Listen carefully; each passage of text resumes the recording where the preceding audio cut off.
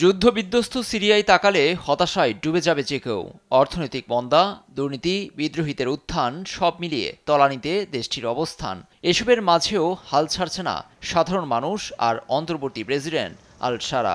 দেশ পুনর্গঠনে চায় সবার সহযোগিতা। রোববার বিমানযোগে রিয়াদে অবতরণ করেন সিরীয় প্রেসিডেন্ট আল শারা। তাকে অভ্যর্থনা জানান সৌদি আরবের শীর্ষ পর্যায়ের কর্মকর্তারা। গেল ডিসেম্বরে প্রেসিডেন্ট বাশার আল আসাদকে উৎখাতের পর এটি আল শারার প্রথম বিদেশ সফর। সফরের প্রথম দিন রিয়াদের আঞ্চলিক উপগভর্নর মোহাম্মদ বিন আব্দুল রহমানের সঙ্গে বৈঠক হয় আল শারার। সিরীয় সরকারকে সহায়তার আশ্বাস দিয়েছেন তিনি।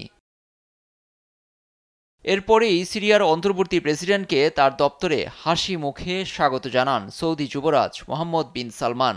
সিরিয়ার নিরাপত্তা ও স্থিতিশীলতা সমর্থনের উপায় নিয়ে আলোচনা করেন সৌদি যুবরাজ।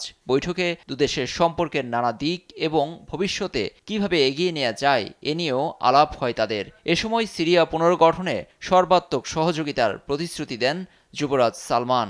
আল শারা জানান, দীর্ঘ বৈঠকে সিরিয়ার ভবিষ্যৎ গঠনে সমর্থন জানিয়েছেন সৌদি যুবরাজ। সিরিয়া ঘুরে দাঁড়াতে সম্প্রতি দেশটিতে সফর করেন ইউরোপীয় ইউনিয়নের নেতারা।